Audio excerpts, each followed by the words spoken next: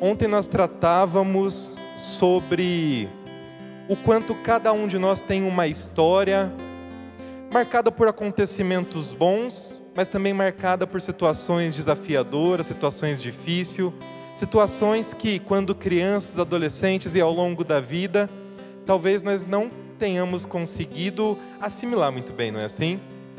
Todos temos essas nossas marcas, essas nossas feridas, essas nossas bagagens. E se essas marcas, se a nossa história influencia o nosso jeito de se relacionar conosco mesmo, quanto mais o jeito de se relacionar com o outro. E é isso que nós vamos falar nessa tarde. Imagina, ontem eu falava, por exemplo, de pessoas que são muito feridas, muito machucadas na própria autoestima, na própria autoimagem. Imagina então um relacionamento entre alguém que tem um esquema. E esquemas são os resultados dessas marcas da nossa história, essas lentes que nós usamos para enxergar a vida, o mundo e o futuro. Imagina quem tem um esquema de privação emocional, aquele sentimento de inferioridade, e está se relacionando com alguém que tem um esquema de superioridade, alguém que tem uma personalidade narcisista. A insegurança dessa primeira pessoa, o medo da perda, só se intensifica no relacionamento com essa outra que só quer alimentar o próprio ego, não é assim? Então nessa noite nessa tarde nós vamos falar sobre a importância de nos conhecermos e de nos comunicarmos, porque não é justo que nas nossas relações das mais diversas, profissionais, afetivas, pais e filhos, nós projetemos no outro as nossas dificuldades interiores. Relacionamento só dá certo quando a gente, conhecendo quais são os nossos pontos fracos e fortes, o comunicamos ao outro, para que ele, ciente deles e ciente também dos próprios, consiga se alinhar, consigamos nos combinar para conseguir viver livres, felizes e realmente semeando o amor, semeando a alegria nas histórias de cada um de nós, né? Não é bom que o homem esteja só. A alegoria bíblica da criação traz essa verdade também. Que o ser humano não nasceu, que não é bom que o ser humano esteja sozinho. Nós não somos ilhas, nós precisamos do outro. Porém, a própria alegoria vai mostrar, logo na história da queda original, que o outro pode ser companhia, pode ser figura de afeto, mas pode ser alguém também que nos induz, que nos seduz, que nos leva a errar. Pode ser alguém em quem eu coloco a culpa das minhas próprias falhas. Relacionamento é complicado. Hoje nós vamos falar então de um modo geral de todos os nossos relacionamentos, mas particularmente dos relacionamentos afetivos, para que a gente possa aprender cada dia mais a ser família, a ser casal, a se amar e amar os outros. Então, eu dizia no início que nós precisamos sempre perguntar o que é do outro e o que é meu. As minhas inseguranças, os meus ciúmes, a minha irritabilidade, é algo que o outro causa deliberadamente ou é algo que é apenas expressão da desordem que está no meu interior? Todos temos nossas bagagens e é preciso ter muita empatia, muita comunicação para que a gente consiga se relacionar com qualidade. E aí eu preciso fazer um destaque desde já, que na atualidade nós confundimos muito intimidade, sobretudo os adolescentes, os jovens. Nós confundimos muito intimidade com proximidade física. E proximidade física não necessariamente significa vida íntima. Vida íntima é fazer com que o outro conheça o seu interior. Tem um autor russo, chique, né? Nossa. Um linguista russo chamado Danilo, né, gente? É Danilo. Bakhtin, né? Muito famoso, muito conhecido dentro da linguística, da psicologia. E esse autor, Bakhtin, vai falar pra gente o seguinte: olha, eu tenho todo um universo interior que somente eu conheço. E você tem também o seu universo, a sua realidade interna, que eu não enxergo a priori, que não está estampada na cara, como às vezes a gente acha que o outro tem que adivinhar. E o Bakhtin fala, a palavra é ponte, que consegue unir, que consegue fazer com que o meu universo interior e o seu universo interior conversem, comunguem. A palavra é ponte. Nós precisamos aprender a nos comunicar. E aí, eu quero falar de algumas situações já para iniciar a nossa conversa. Porque a gente tem muita dificuldade em comunicar e principalmente em comunicar aquilo que não está legal dentro do nosso relacionamento, dentro da nossa família, com os nossos filhos. Às vezes a gente guarda e pensa a pessoa que eu falei ontem, né? Que tem uma autoestima fragilizada. Ela guarda e vai acumulando e não fala nada. E aí aquela situação vai se perpetuando, vai continuando, vai acontecendo, até que um dia, a última gota d'água no copo. E aí ela fala tudo de uma vez, com agressividade, sem medir palavras, e ofende e agride. Não é isso que a gente quer, não é assim? Ele tem que aprender que tem uma música que vai falar: dá-me a palavra certa, na hora certa e do jeito certo e com a pessoa certa. Aí funciona. A palavra certa, na hora certa, do jeito certo e para a pessoa certa. Às vezes existem situações conflituosas na nossa vida que tiram a gente do sério mesmo. E talvez não seja o melhor momento para falar, porque se eu falar, eu vou ofender, eu vou machucar. Eu vou desaguar sobre o outro uma frustração, uma coisa que é minha. E aí a gente pode o quê? Sair de cena, toma uma água, lava o rosto, espera um próximo momento, mas fala. Fala, porque se você guardar vai ser pior. Mas aí a gente não fala, porque no próximo momento a coisa já está boa. O outro já está com a cara mais bonitinha para nós. E aí eu vou falar assim, eu vou começar a DR. Eu vou conversar um tema difícil quando está tudo bem. A gente tem que aprender que conflito não necessariamente significa briga, não necessariamente significa violência, agressão, e não pode significar. Conflito é diferença de ponto de vista. E se eu sou único, se você é única, se cada um de nós, né, tem a sua própria história, é claro que a gente não vai concordar com tudo, é claro que a gente vai enxergar a vida de formas muito diferentes. E somente comunicando, apesar dos conflitos, nós vamos conseguir aparar as arestas para ter relacionamentos saudáveis. Então, vamos conversar um pouquinho sobre esse livro. Livro bastante conhecido, foi lançado na década de 90 por um autor chamado Gary Chapman. E esse autor é um conselheiro de casal, ele é um pastor norte-americano, mas ele também tem um mestrado em antropologia e ele é doutor em educação. Então é uma pessoa que tem tanto uma carreira sólida acadêmica, quanto uma carreira dentro da questão da comunidade cristã. E muitos dos achados desse livro, que foi feito como algo que o Chapman percebia ao longo dos seus atendimentos de muitos e muitos anos com os casais, foi colocado em prova, foram feitos testes, né, experimentos nos anos 2000, e chegaram à conclusão de que as pessoas se comportam, sim, relativamente dessa forma, que nós aprendemos a expressar amor mais ou menos como ele diz aqui. Então, o que o Gary vai falar para a gente? Ele vai falar o seguinte, olha, o amor é uma linguagem.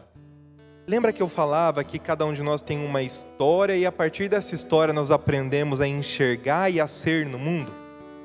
Então, a partir da nossa própria história, daquilo que nós vivemos, daquilo que nós observamos os nossos pais e outras figuras de referência, a gente aprendeu também que amar é se comportar de determinadas formas, que determinados atos são atos que expressam amor. Só que duas pessoas diferentes têm histórias diferentes e, portanto, podem entender que o amor se expressa também de modos diferentes. E o que o Gary vai falar no livro dele? Olha, isso é muito comum na clínica também. Eu lido muito com essa demanda em terapia de casal, que é uma maravilha, né? As pessoas procuram um pouco, mas é algo que dá muitos resultados, muitos frutos também. Geralmente a queixa é a seguinte: eu vejo casais, e o Gary Chapman via casais que diziam: eu amo muito o meu esposo, eu amo muito a minha esposa, mas eu não me sinto amado. E aí, mas tem uma coisa estranha aí. Porque os dois estão falando que se amam demais, absurdamente. Mas os dois estão falando que não estão conseguindo sentir-se amados. E aí ele começou a perceber que é porque cada um estava comunicando o seu amor, mostrando o seu amor a partir da sua própria forma de ver o mundo, a partir da sua própria linguagem. É como se eu e a Silmara fôssemos de países diferentes, e nós estamos aqui tentando conversar, mas eu falo português e a Silmara está falando em inglês. Ela fala muito inglês. Fala inglês, Silmara. Hello, bye.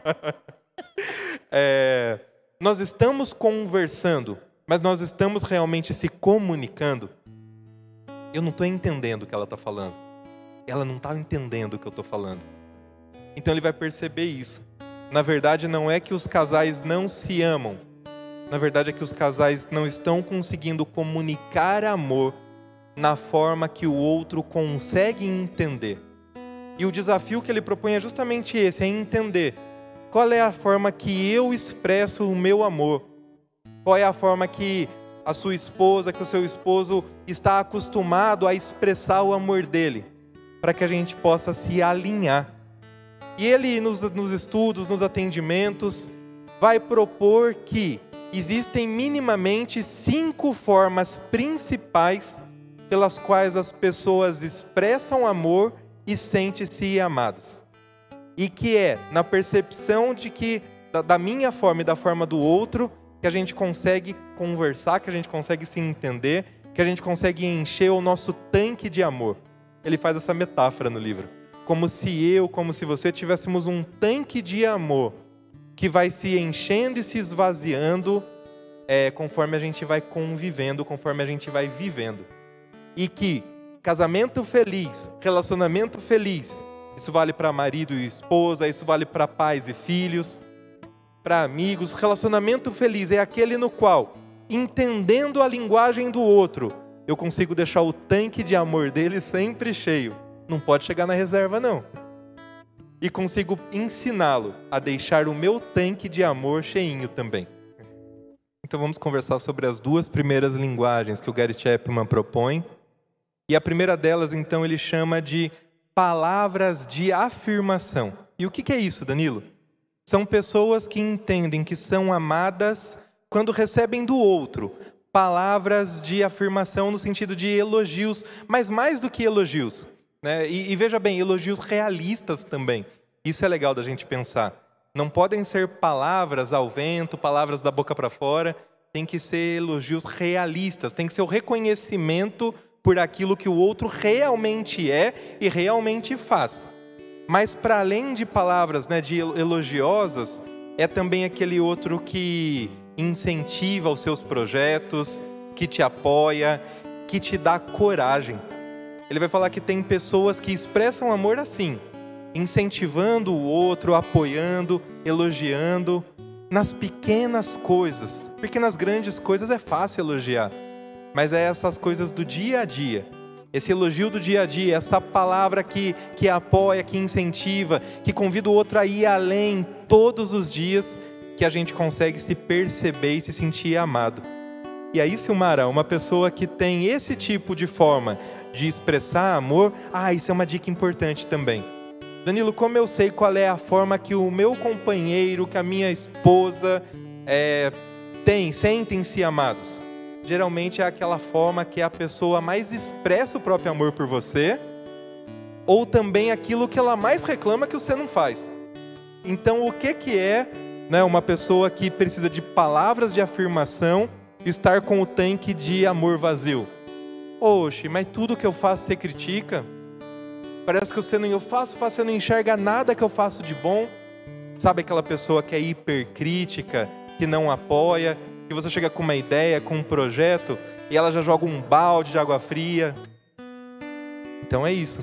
Se a pessoa sente amor, expressa amor, a partir, precisa de palavras de afirmação, e é o tempo todo podada, tolhida, criticada, não se sente apoiada, segura com aquele que está com ela não vai sentir-se amada. É por isso que a gente tem que tomar cuidado, né? A gente é muito crítico, minha gente. Mas, Danilo, eu vou elogiar o tempo todo. Mas criticar o tempo todo, você critica, criatura. É verdade. Daquilo que não tá bom, a gente fala. E aí, a segunda linguagem do amor. E ele vai dizer também que todos temos e podemos nos beneficiar de todas essas linguagens. mas que tem pelo menos uma ou duas que são principais. Então, enquanto eu estava falando das linguagens, né, das palavras de afirmação, você já pode ter pensado, eu sou assim. Ou você pode ter pensado, meu marido é assim, e eu acho que eu não estou dando muito incentivo, muita força para ele, não. Então, segunda linguagem, e essa é importante demais, minha gente. O Gary Chapman vai falar que é tempo de qualidade. Tempo passado junto, mas tempo de qualidade. E veja bem, não é estar perto, é estar junto. Ele dá um exemplo no livro que é fantástico. Ele fala, o pai está sentado na sala, no celular, enquanto ele chuta uma bola para o filho, e o filho pega e traz, e o pai está ali no celular. E ele pergunta, esse pai está passando tempo com o filho? Não, ele está no celular. É tempo de qualidade. Sabe uma coisa que rouba o nosso tempo de qualidade com o outro? Então a gente está no mesmo lugar na sala, né? Mas está cada um no seu telefone. Então a gente está na mesa do jantar, mas está cada um no seu celular. O celular vicia também. Então a segunda linguagem é essa, é tempo de qualidade. Tempo passado junto. É tempo conversando, é tempo com a pessoa. Duas pessoas sentadas no sofá e assistindo um programa de televisão, sem se comunicarem, estão perto, não estão juntas. E às vezes, e aí é legal pensar isso, minha gente, não é quantidade de tempo, é qualidade de tempo. Então o pai e a mãe, o esposo e a esposa, trabalham o dia todo, fazem um monte de coisa, e talvez eles tenham pouquinho tempo mesmo para estar juntos. Mas se este tempo é de qualidade, é mais do que suficiente. Ao contrário, o casal ou os filhos e os pais podem ficar o dia todos na presença um do outro. Se eles não estiverem se relacionando juntos, fazendo coisas juntos, partilhando mesmo vida, eles não estão passando tempo de qualidade. E aí daqui a pouco eu vou falar do terceiro tipo, que é justamente isso que eu falei, né? Do pai e da mãe que trabalham o dia todo. E aí a outra pessoa pensa, ele não passa tempo comigo. E a primeira que trabalha para adquirir coisas, para conseguir colocar coisas na casa, pensa, mas eu faço tudo, eu trabalho de sol a sol, e ela não acha que eu amo ela, né? Quer dizer, vocês estão percebendo? Não é falta de amor, mas a comunicação deste amor que não está sendo dada na linguagem do outro. Então a terceira linguagem que o Gary Chapman traz para a gente é a linguagem dos presentes. Presente é um símbolo visual do amor. É tal qual um sacramento, né? Uma realidade visível que representa algo invisível. E quando eu falo que dar presentes também é uma forma de expressar amor, eu não estou falando daquela pessoa que dia sim, dia também compra coisas caras, né? E tudo que a pessoa quer ela dá. Não é isso de forma alguma. Tudo que o filho pede a gente compra, não é isso. Quando a gente fala sobre presentes, a gente está falando mais da questão da lembrança. Então é aquela coisa simples. Um docinho que a pessoa gosta, que você trouxe da rua quando foi ao supermercado, né? Uma lembrancinha, um bilhetinho de amor que você escreveu para o seu esposo com uma letra do Roberto Carlos e que ele guarda na carteira até hoje. Ela riu porque ela escreveu. Eu sei. Presentes. Presente como símbolo do amor. E tem gente que precisa desses símbolos, né? Tem gente que fica eternamente aquela adolescente que cola na agenda o papel da bala que ganhou do namorado, não é assim? Coloca a data, né? Coloca a data, né? Hoje, dia 12 de julho de 2021.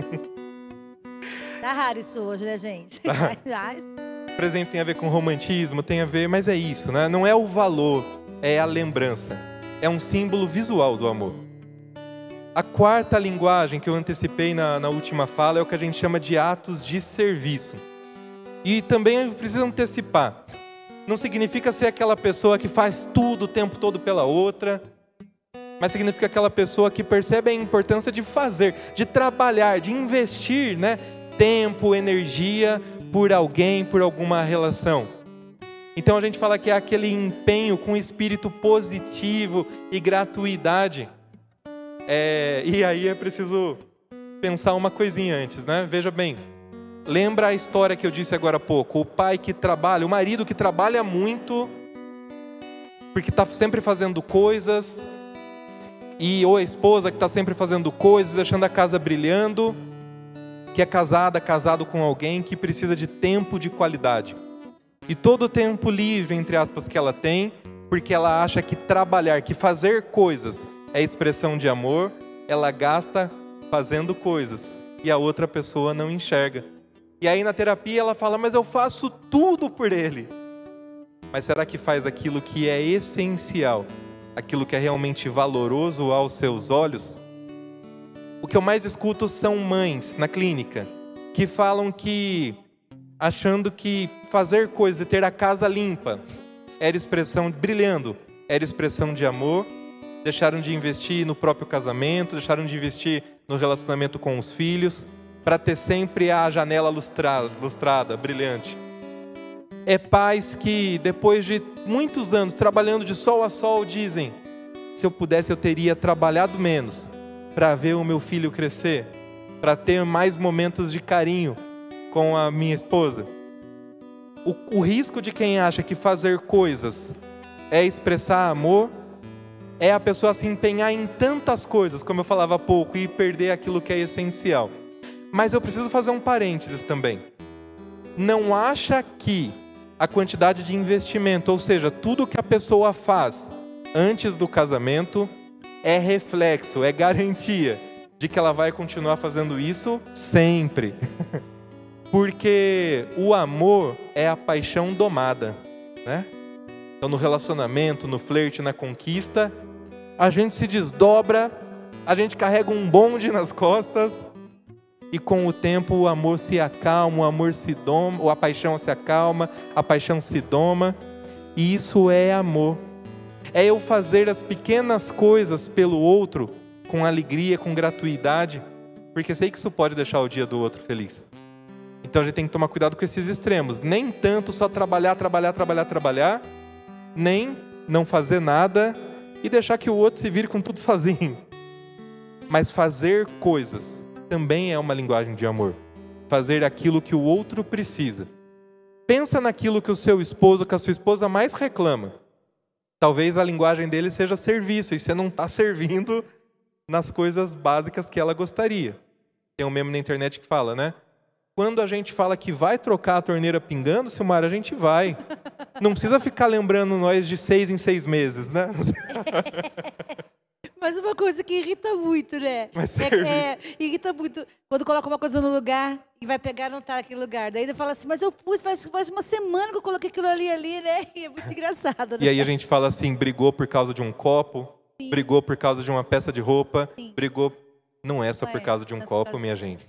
Pensa nas coisas concretas como símbolos de realidades interiores. Vamos para a última linguagem? A última linguagem que o Gary Chapman traz é a questão do toque físico. É a questão do carinho, do chamego. E isso é imprescindível, isso precisa. Mas existem pessoas que a linguagem prioritária é a questão do toque físico. Então é aquele assistir o filme junto, veja só, para aproveitar como desculpa para ficar abraçadinho. É o andar de mão dada na rua. Vocês são um casal, né? Apesar do distanciamento social, vocês podem. Não perde essa oportunidade de redescobrir o valor do chamego, do carinho, do toque físico dentro da sua relação. Mas, parênteses, o Gary Chapman nos chama atenção para algumas coisas. Primeira, ele diz que o toque que é prazeroso para você não necessariamente é o toque que é prazeroso para o seu parceiro. Por isso que é importante sempre a gente conversar. Senão o marido chega fazendo cosquinha e acha que está agradando e leva um tapa. O que você está querendo, né? O abraço segura, né? Abraço segura, a gente vai com foto diária assim, a gente não entende como carinho. É preciso conversar e combinar.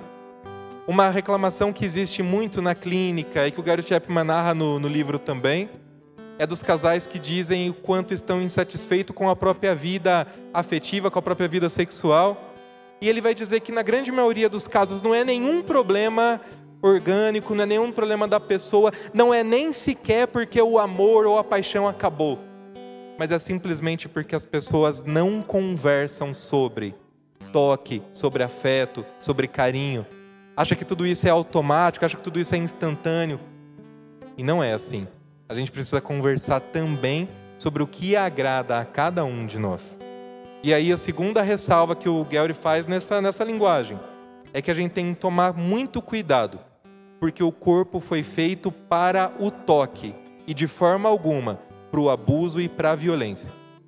Por isso também a importância de conversar, para eu conseguir tocar o outro, respeitar o outro, a dignidade do outro, aquilo que ele é, aquilo que ele gosta, aquilo que ele de fato quer, e não queira simplesmente colocar sobre ele, fazê-lo apenas um objeto de satisfação dos meus desejos. O corpo é para o toque e não para a violência. O Gellry vai falar o seguinte, amar é uma decisão, à medida que eu decido conhecer qual é a linguagem de amor daquela pessoa que está comigo. Conhecer qual é a linguagem de amor. Será que são palavras de afirmação? Ela precisa de elogio e de incentivo? Será que é tempo de qualidade? Ela precisa que eu esteja junto, não simplesmente perto? Será que são presentes? Eu preciso voltar a deixar o bilhetinho com a letra do Roberto Carlos? Eu preciso continuar escrevendo eu te amo com a faca no pote de margarina? Será que são atos de serviço? Eu preciso fazer aquela tarefa e cuidar daquelas coisas que eu não dou tanta importância, mas que para outra pessoa é fundamental? Será que é o toque físico? Está faltando chamego, está faltando cheiro? Mas que decidir-se amar não significa ser resignado e aceitar violência, agressão, negligência, desamor. A gente só consegue amar se estiver fortalecido. E amar é sempre desafiador. É desafiador porque amar nem sempre é prazeroso. Pensa a mãe educando o filho, tendo que dizer nãos e nãos, e diante do não tem a birra, tem o conflito. Isso é prazeroso? Isso é gostoso? Mas é necessário. E a mãe sabe que ali está um gesto de amor porque ela está comprometida com um objetivo de longo prazo. Não é a satisfação da sua necessidade instantânea. É a educação de um ser humano livre, sadio, autônomo, feliz. Na quinta-feira nós vamos falar sobre isso, sobre como desenvolver seres humanos felizes nas nossas práticas educativas, como responder às necessidades emocionais fundamentais dos nossos filhos, alunos e etc. Mas é preciso que a gente não perca em mente hoje, em todos os nossos relacionamentos, que amar mais do que sobre mim é sobre o outro. Que amar é decisão à medida que eu escolho entender a linguagem do outro, ensiná-lo qual é a minha linguagem, para que a gente consiga se alinhar. Que amor não aparece por brotamento, amor se constrói, tijolinho por tijolinho, dia a dia da vida.